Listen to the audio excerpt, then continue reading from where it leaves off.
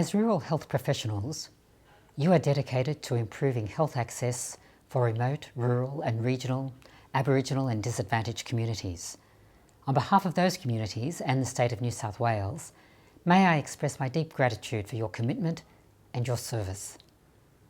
Travelling to a number of drought-affected areas between June and October 2019, Dennis and I listened to the stories of the difficulties our rural communities were experiencing and the impact that the long drought was having on all facets of their lives. I also learned that what the communities were experiencing was not something new, but a severe exacerbation of their normal.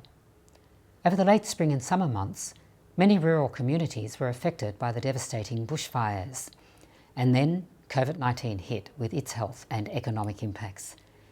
We continued to travel to the bushfire-affected regions until restrictions were imposed, and I have since spoken extensively to communities throughout the state. And I've learned of the additional impacts that these disasters are having.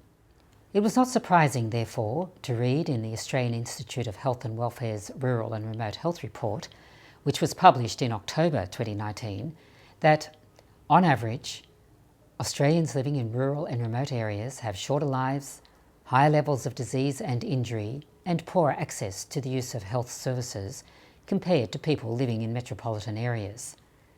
During our visits to various regional and rural areas, it was therefore impressive to see the ingenuity and the vision with which rural health professionals have been adapting services to better serve their communities. We were shown the benefits and the flexibility of digital and telehealth delivery methods. These methods have become even more important during the pandemic, and you can take pride that you've been the trailblazers in this space. We also know that the crises that rural communities have been experiencing have resulted in greater anxiety and mental health issues. Again, you've adapted your services to ensure the best possible health outcome for each patient. This raises the question, who cares for the carers? Or, to put it another way, who looks after you? We know that primary health professionals are at their most capable when they are supported to positively respond and contribute to life in rural communities. The New South Wales Rural Doctors Network takes a whole-of-life approach to recruiting and supporting our rural health professionals who are often working in isolation and with limited contact with colleagues, family or close friends.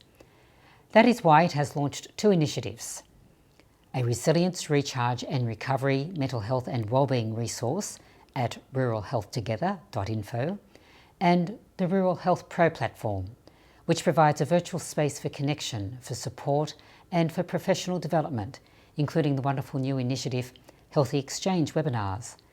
And I look forward to joining you in some of those webinars.